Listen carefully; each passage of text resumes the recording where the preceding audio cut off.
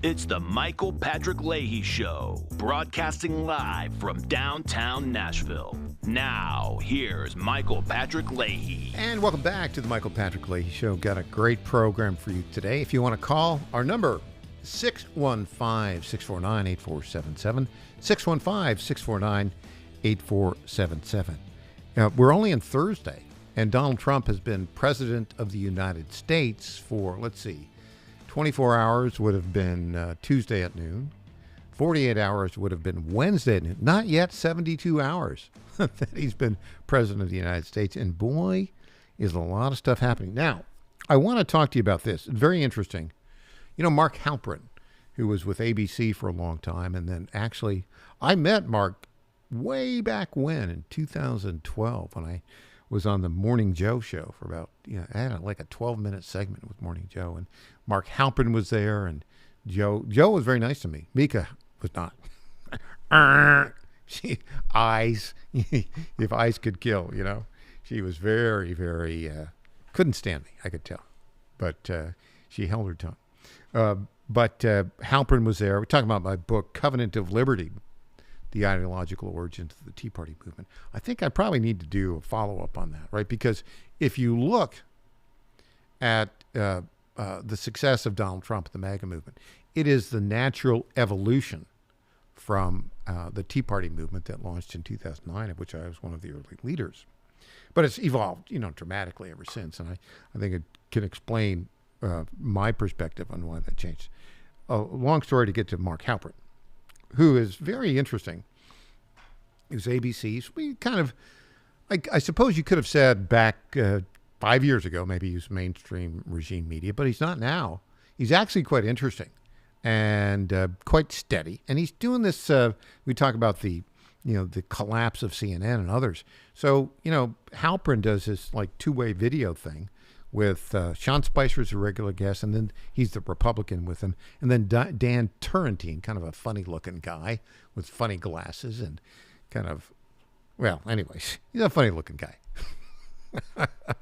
But they're on the show every morning with him, and they do this two-way thing, and they have people come in and talk to him, and it's very interesting. Halperin has really good insights, and his analysis of what's happening in the 72 hours, if you will, since Trump was inaugurated, is terrific, because he's saying, look, this is well planned, well executed. It's not chaotic. Let's play this clip of Mark Halperin with Sean Spicer and Dan Turrentine this morning. Washington Post breaking news. The Trump administration has directed federal prosecutors nationwide to investigate and potentially prosecute state and local officials who don't cooperate with the president's plans to carry out the largest mass deportation campaign in U.S. history. This is a big deal, okay?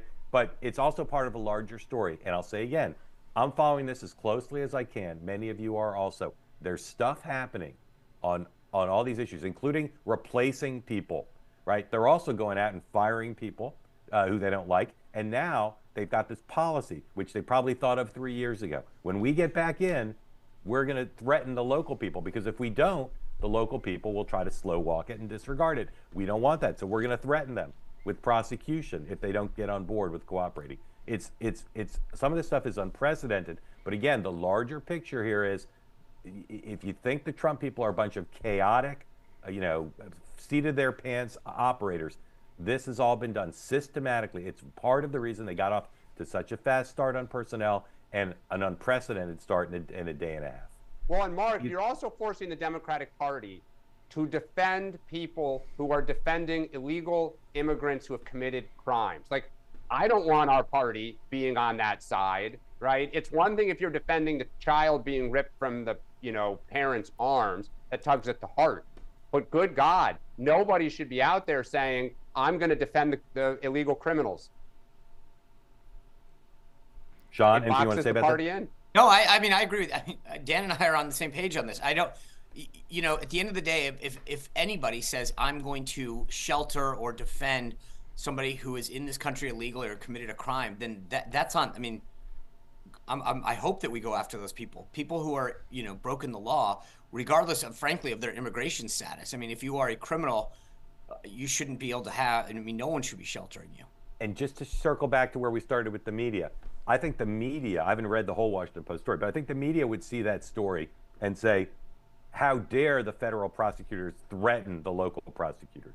But I think a lot of Americans would see that story and either not care or say, well, yeah, of course they should be carrying this out because this is an immigration policy we like and that Trump ran on. Okay, let me just stop here right now. There's something in the Constitution called the Supremacy Clause.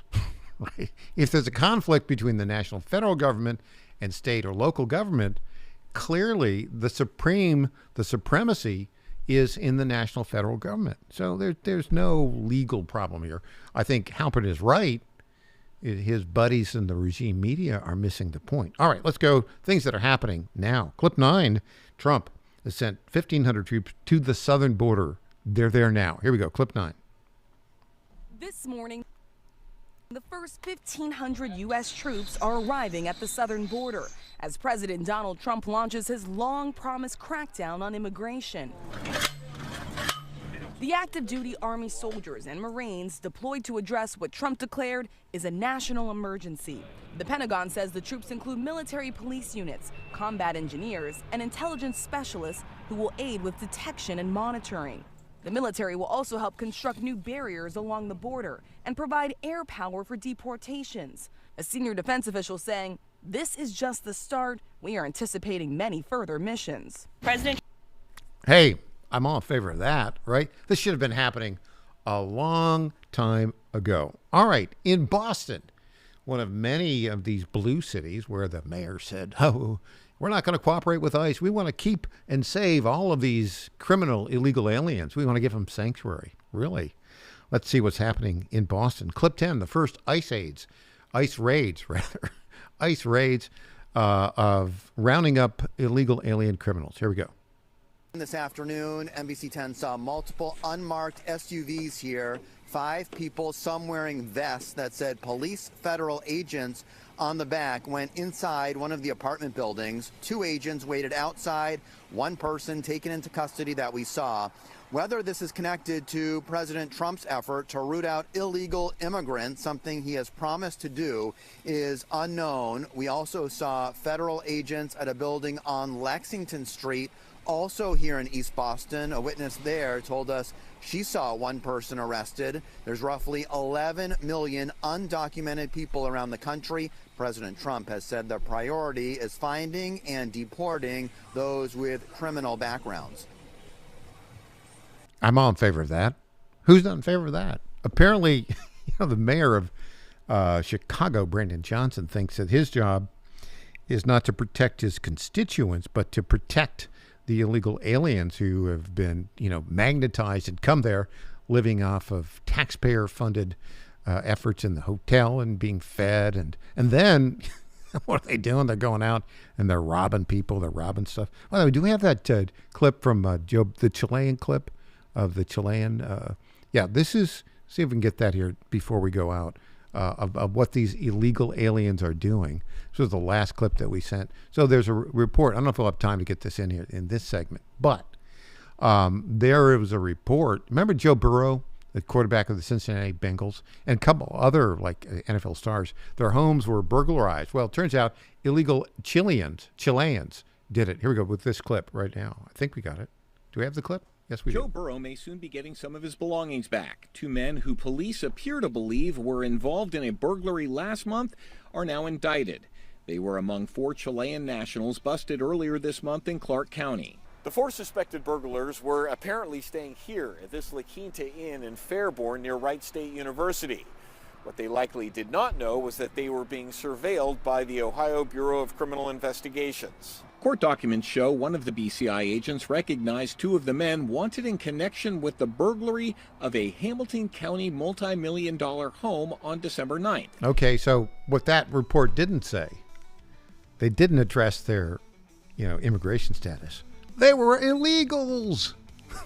They're headed back to Chile. Back with more after this. I'm Michael Patrick Leahy.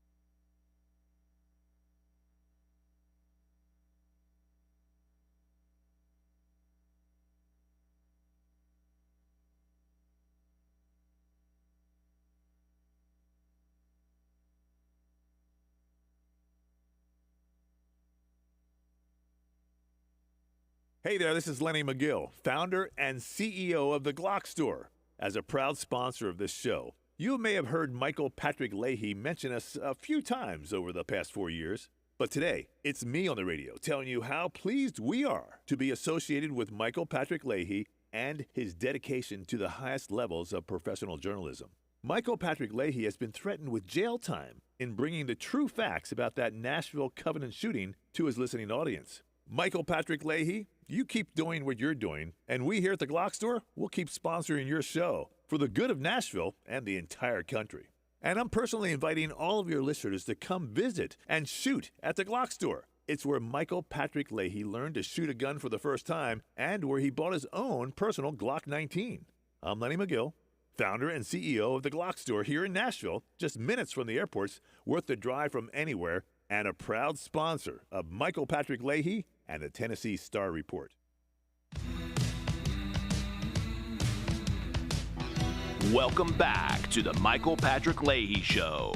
Now, here's Michael Patrick Leahy. Welcome back to the Fun Network, the John Fredericks Media Network. Michael Patrick Leahy here.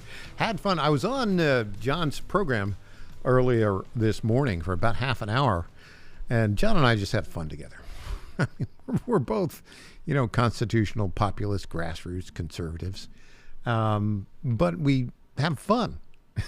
And, people are so tired of the hectoring you get from the regime media, always angry about this or that, and just ignoring the facts. Well, we just report the facts like normal people. If you want to call in, I'd love to hear from you. 615-649 615-649-8477. I think I need another shot of coffee. I'm a little early for John. 615-649-8477. 615-649-8477. Also, you can send me a text, or you can send me a direct message on X, formerly Twitter.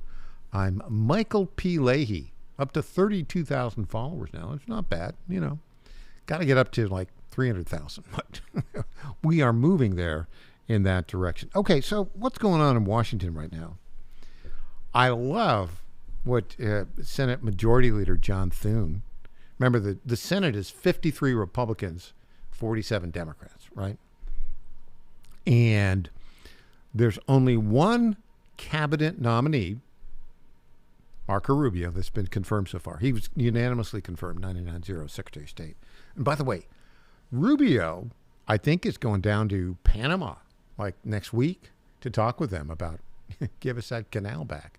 Yeah, what'd you cut a deal with the Chi-Coms for? Well, bad news. Rubio's a very smart guy.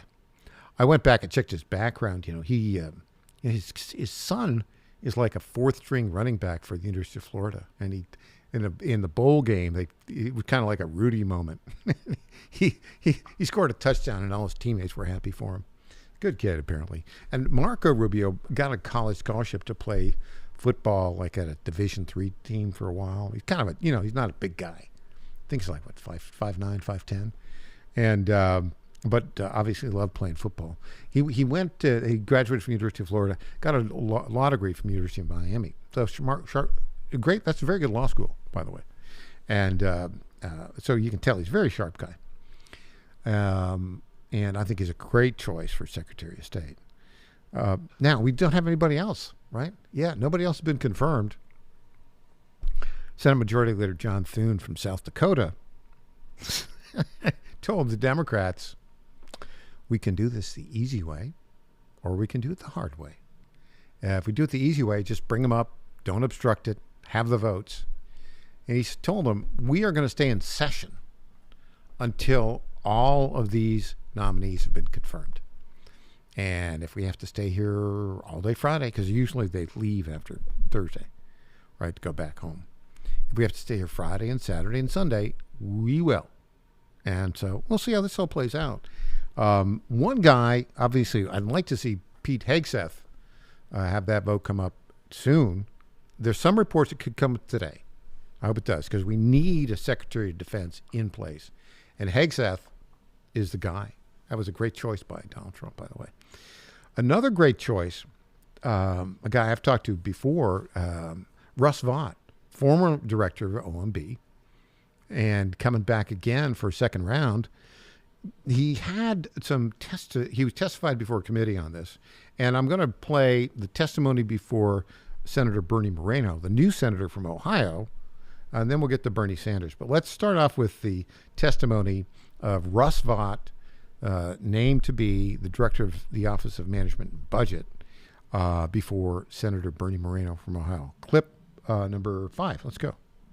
When you house illegals in this country, people who are not invited here like I was, like my family was, when you house them in luxury hotels at a cost of $6,000 per month per room, does that help working class Americans? No. When you give health care to those very illegals, when Americans don't have the health care that they need, does that help working class Americans? No. When you provide food to illegals, and in some cases, when they don't like the food, you give them $1,000 prepaid credit cards, does that help working class American citizens? No, sir. When you give sex change operations to illegals, does that help working class Americans? No. When you offer DEI courses, and instead of being promoted based on merit, and rather you have this insane move to DEI, does that help working class Americans? No. And when you fly immigrants from foreign countries to the United States on private jets, does that help working class Americans? No. Okay, so clearly Senator Moreno had some really great staff work. I mean, he was looking for that clip, and he got that clip, because that's what this election was about. Well done, Senator Moreno. Okay, so now Bernie Sanders, the opposite end of the spectrum, from Vermont, the socialist from Brooklyn who moved to Vermont with the intent of, establishing a socialist, utopia. And, he was a carpenter, right? And nobody would hire him because he wouldn't do his carpentry work. He would sit and talk. He would talk about revolution and all that sort of stuff. He was a terrible carpenter. But he talked a good game. He ended up getting on the city council in Burlington, across Lake Champlain from one of the cities I grew up in, the little small cities I grew up in, Plattsburgh, New York. And where, by the way, Burlington, Vermont, where my grandmother was born, in Burlington, Vermont. And where my dad, as a young man, because he was born in Hemingford, Quebec, got a job working on a farm just south of Burlington, Vermont, for a year. That was his first job in the United States of America. Anyway, so we know Burlington. And I got to tell you, as a kid, we'd go to Burlington. I think we'd like some visit family or do some, doctor's appointments. Burlington in January. Oh, frigid. That's one of the reasons why I don't want to live in the North anymore. Having said that, so this is, Bernie Sanders became mayor of Burlington, Vermont. Vermont's gone all lefty. Used to be very Republican. But now it's all lefty because a bunch of Brooklynites have moved up there who hate America. And Bernie's, became a member of Congress and United States Senator. So here's how he posed his questions to Russ Vought. Let's go, clip 18. Will you tell the president that it is immoral, that it is wrong to cut Medicaid, cut health care for low-income Americans, for children, and for the elderly, and give tax breaks to the very richest people in our society? Is that something we can count on you to do? Senator, one of the problems, and I appreciate the questions, one of the problems that we have in the Medicaid problem is the extent to which, instead of being a program for the poor, it's alone, and the extent to which it's meant for nursing homes and things of that nature. We have able-bodied working adults on the program that are benefiting from a higher match rate than the populations that it was originally designed for.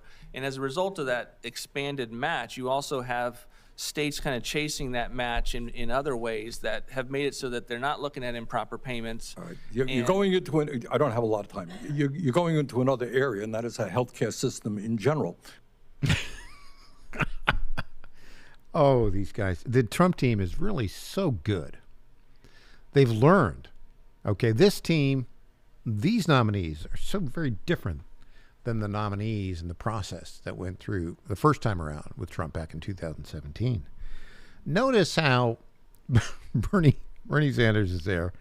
It's basically a when did you stop beating your wife question, right? And so look at how smoothly Russ Vought answered it. This is sort of the Donald Trump, J.D. Vance effect, right? Instead of saying, why, you left-wing lunatic loser, he said, well, thank you very much, Senator. I appreciate that question. Talking about Medicaid, and then he talked about the problems with Medicaid. He went on detailed analysis of the problems with Medicaid. It's designed for people who are poor, designed for people in nursing homes, but able-bodied people are taking advantage of it. And he went on, and so clearly he was expecting this kind of, when did you stop beating your wife question from Bernie. But the way he answered it, so matter of fact, so straightforward, and he took a curveball and he really just knocked it out of the park. And Bernie Sanders, as he saw that ball sailing into the stands, he said, well, let's forget about that. Let me get you on another thing. It ain't working, Bernie. Well, more to get back. I'm Michael Patrick Leahy.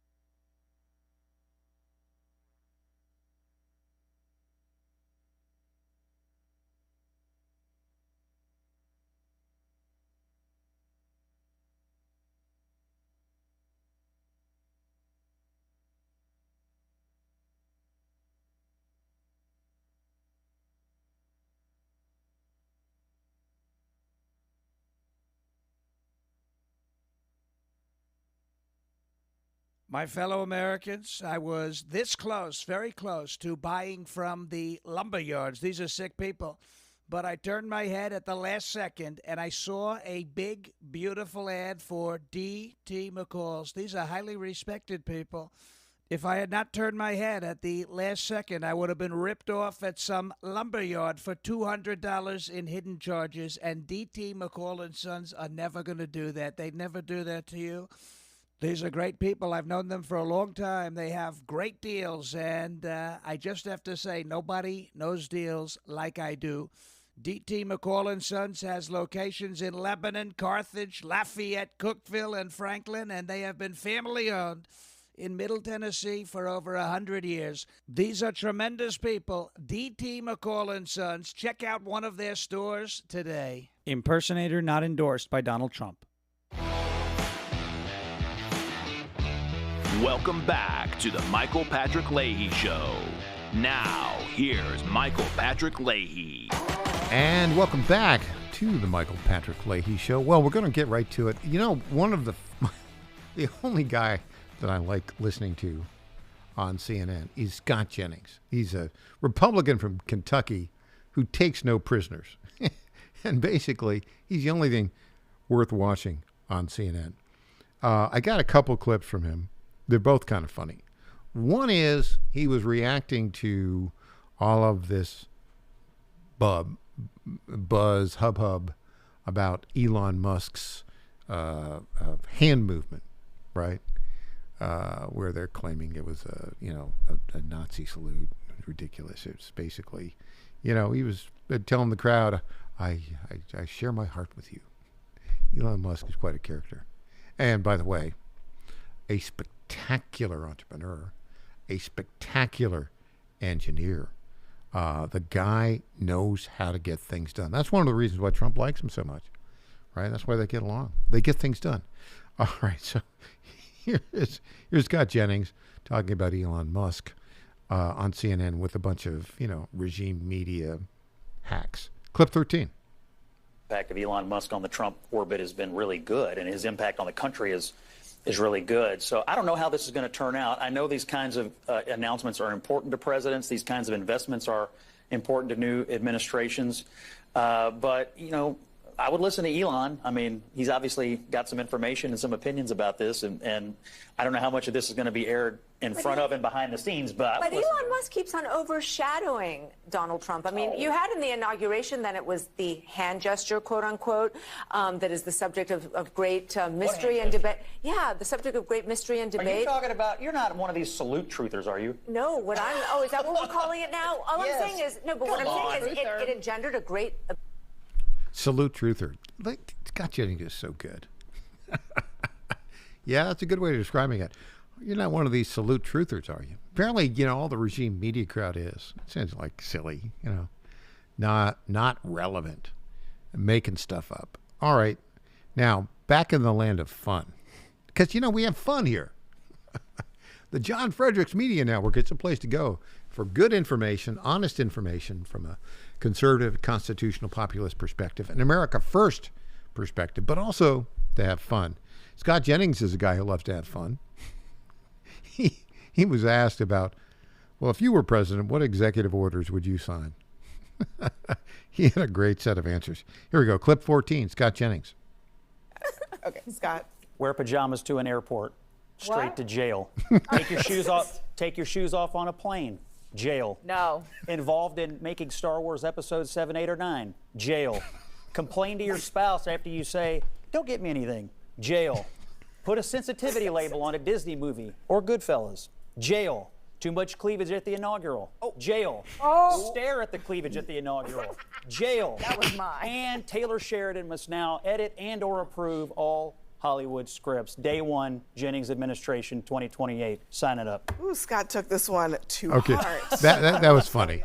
That was funny. Sometimes we take things too seriously, but there was a reason. I've talked about this before.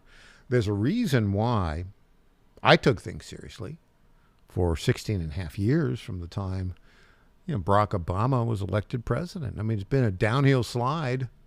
We had the interim from first term, But now everything's turned the corner, and it's like, great. That's why you can see there's a spring in my step. Everything looks great. There was a period of time when it looked like, maybe we wouldn't be able to keep our republic. As, famously Ben Franklin purportedly said to Mrs. Powell, a big socialite in Philadelphia, when he emerged in September of 1787 from the Constitutional Convention. And she, apocryphally, perhaps, asked him, "What, sir, have you given us?" His response, "A republic if you can keep it." I would say during this 16 and a half years, this long slog, there were many times when I was wondering, can we keep it? Today, I can tell you, absolutely, with 100% certainty. Not only are we going to keep it, we are going to create a golden age that has never existed before. That's the Trump theme, and, it's going to happen. Okay. As an example of that, the new American optimism, Governor Ron DeSantis, we've clip 20 here, talking about what Florida is going to do, the state of Florida is going to do to influence the help deporting illegal immigrants. Here we go, clip 20.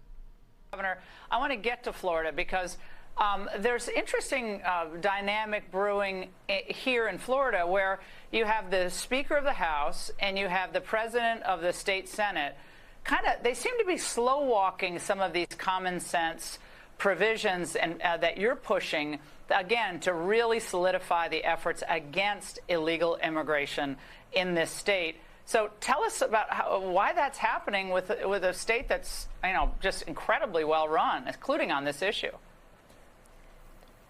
Well, since I've been governor, we've already banned sanctuary cities. We're not a sanctuary state. A couple years ago, we passed the strongest measures in the country against illegal immigration. The media said our economy was going to tank and all these parade of horribles, and yet we've grown dramatically since then. But now we're in a situation where you have an administration, instead of what we had with Biden, you have an administration that's serious about this. So yes, we don't allow sanctuary cities, but we want to impose affirmative obligations on all local communities, county and municipal, and the state, I'll order them to do it, to facilitate the Trump administration's mission. We want to make sure that we have no more remaining incentives for people to come into Florida. We've gotten rid of almost all of them, except we still have a relic from 10 years ago where the legislature in the past gave in-state college tuition to elite. We got to repeal that. What? We got to make sure that we are working hand in hand with the Trump administration. Now, I've been talking, my folks have been talking with them during the transition. I spoke with the president multiple times leading up to his inauguration. We knew these executive orders were coming, so I called a special session to start this coming Monday where we could respond to them, and the legislative leader said it's premature, that this is somehow not something that's time sensitive. I can tell you it's not premature, Laura. We've been waiting 4 years to be able to have a partner in Washington, D.C. on this issue. We have a sense of urgency. We got to get the job done. No more dragging your feet. Let's do it, and this will be what the people of Florida sent us here to do. No one, imagine having to explain to a Republican voter, if you're a member of the Florida legislature, oh, you don't want to help with this, that it's not how we can just wait and do it months from now. Nobody is going to accept that. Our folks want to. Okay, so let's take this to Tennessee, and other governors are doing this right now. We've got a situation where we're going to do a special session right now, starting Monday, of the Tennessee General Assembly called by Governor Bill Lee. And they're going to do three things. Number one, they're going to address his proposal to establish education freedom accounts, 20,000 vouchers, scholarships of 7,000 each for Tennessee public school students. There's 1 million students here, right? That's a starting point. So that's number one. Number two, flood relief for the counties of East Tennessee that were hit by the flood out of Hurricane Helene. And number three, and we have this story just about to publish at the Tennessee Star, where Governor Lee outlines his immigration bill. and it's very interested. It looks like it's very similar to basically what Governor DeSantis is. In fact, not published yet, but it's about to be published. And I'll read a story by our own Caitlin Hassler on this. Tennessee governor unveils immigration bill to be debated by General Assembly during next week's special session. The first agenda item Lee is calling for legislators to pass within the bill is establishing the Centralized Immigration Enforcement Division, which would be a new division within the Department of Safety to ensure efficient resource allocation and effective enforcement of immigration laws. The second item to address is changing the standards for obtaining state-issued IDs by legislation that, quote, restricts eligibility for state-issued IDs to U.S. citizens, lawful permanent residents, and individuals with federal authorization for a specific period. Okay, so I think these are pretty straightforward. Interestingly enough, what we've had here in Tennessee, a law was passed, and a bill passed and signed into law by Governor Bill Leahy, which required the Tennessee District Attorney General Conference to obtain data from all of the county law enforcement groups around the country as to the number of illegal immigrants who are in process in our criminal system.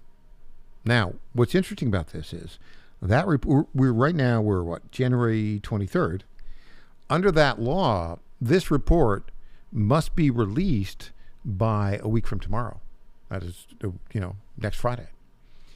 And very curious because a state representative here, Todd Warner, claims that a judge told him that in Williamson County, which is a very affluent county just south of Nashville, population about 250,000, Todd Warner claimed that a judge told him that 1/3 of all criminal cases last year in Williamson County were for illegal immigrants.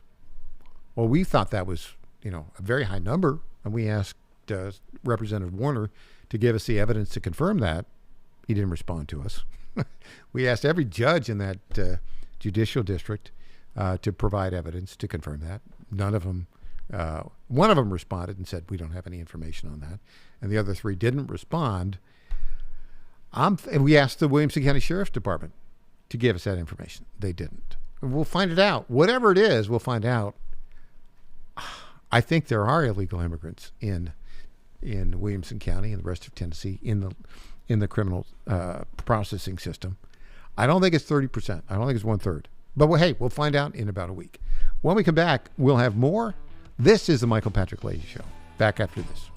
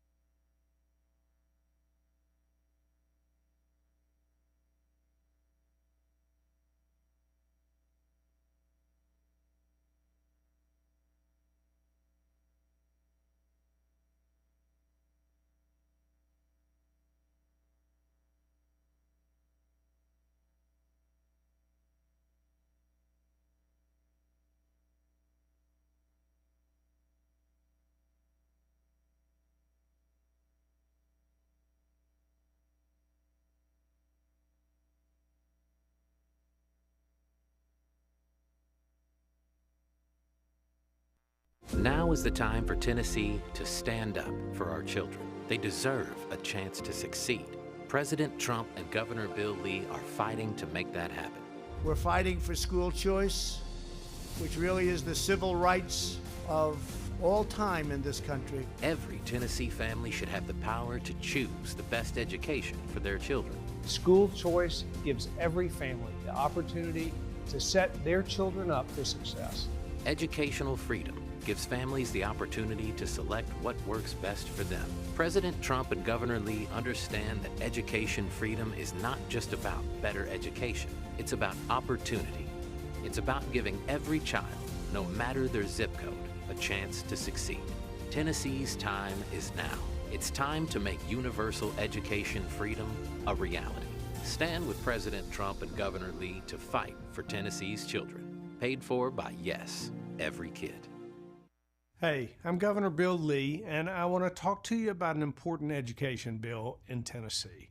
Everyone knows that education has the power to change the trajectory of a child's life forever. And anyone who's raised a child knows that each one's different in their educational needs, and their learning styles, and their talents. The fact is, parents know their own children best. They know what's best for their education and their future. That's why I'm here to talk to you about Tennessee's Education Freedom Act. It empowers parents across our state to use their tax dollars to choose the school that allows their child to thrive, regardless of zip code or income, all while making significant investments in Tennessee's public education. If you want to learn how you can help make the Education Freedom Act a reality in Tennessee, go to educationfreedomact.com and write or call your state representatives. It's educationfreedomact.com. This ad is paid for by Job Creators Network. Welcome back to the Michael Patrick Leahy Show. Now, here's Michael Patrick Leahy.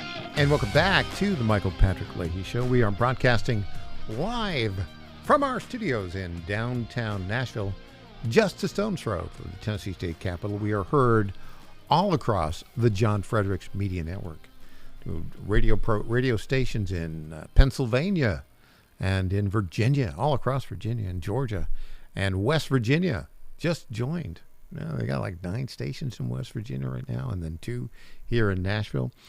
You can call us 615-649-8477, 615-649-8477. And, of course, you can reach me on X, formerly Twitter, Michael P. Leahy. We're very excited. In a week or two, you'll be able to see us on a broad array of networks, streaming networks, Apple, Roku, what's a Fire Stick? Yeah, Fire Stick is what it's called. And then we're on YouTube, Rumble. We're all over the place.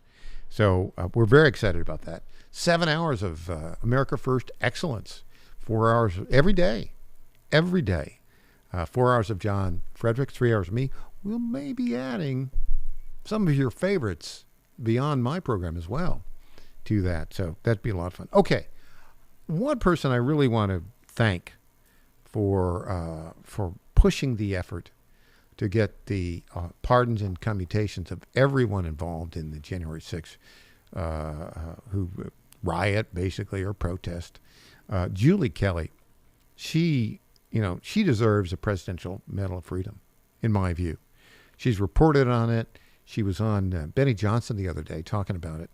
And, of course, our friend Stuart Parks, unjustly convicted of 5 misdemeanors, served over 5 months in a federal prison, a medium security federal prison. Good guy. Didn't do anything wrong at all.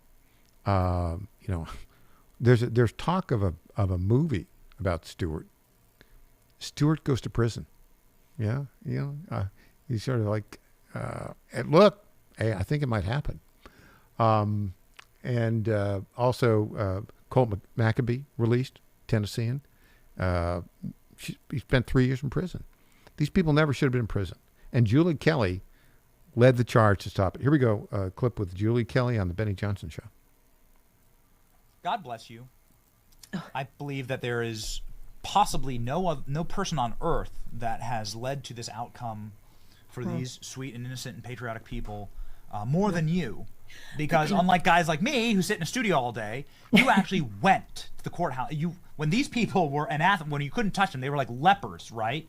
No, but you couldn't say a single nice thing about them. You couldn't even tweet about them without getting your account deleted. Yes. You were actually in the courthouse defending them and doing the reporting. And that started as like a teeny little spark that spread into the wildfire. And so we just want to say congratulations and thank you. Well, thank you, Benny, because, of course, I was doing the work and going to the courthouse and following the proceedings and hearing from the defendants. But if I couldn't bring my work to a larger audience like yours and others, it would have gone nowhere.